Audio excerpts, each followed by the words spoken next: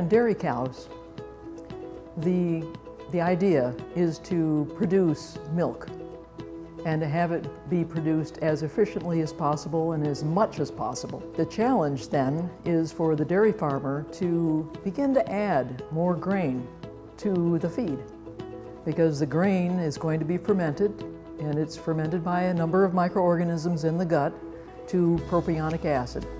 And propionic acid is a 3-carbon acid, which if you take 2 of those together, it makes a 6-carbon unit, and that is glucose. That's going to help to go into the sugar, the lactose.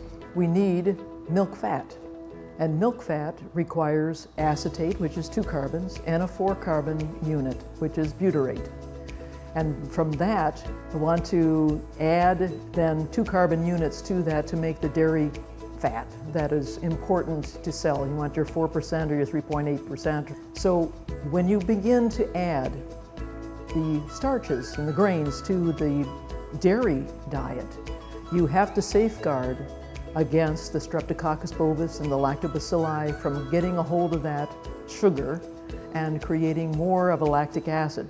So adding Lactipro Advance will give you a endogenous, meaning it's a resident organism, it's completely natural, it's a normal member of the GI tract. You're putting it into that animal, and that animal then has the advantage of being able to control the lactic acid from those 2 others I've mentioned, and be able to give you not only propionic acid, because it makes it from lactate, but also acetate and butyrate, both of which are essential for milk fat synthesis.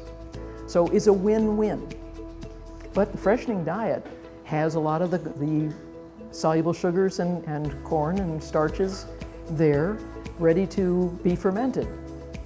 The ideal would be to have Megasphere in the Lactipro Advance be a part of that initial freshening diet. You give that freshened cow a good dose, and then she will have the resident microorganisms at the right level to be able to manage the lactic acid coming from the grains, and also to preserve that acetate and butyrate supply for the milk fat.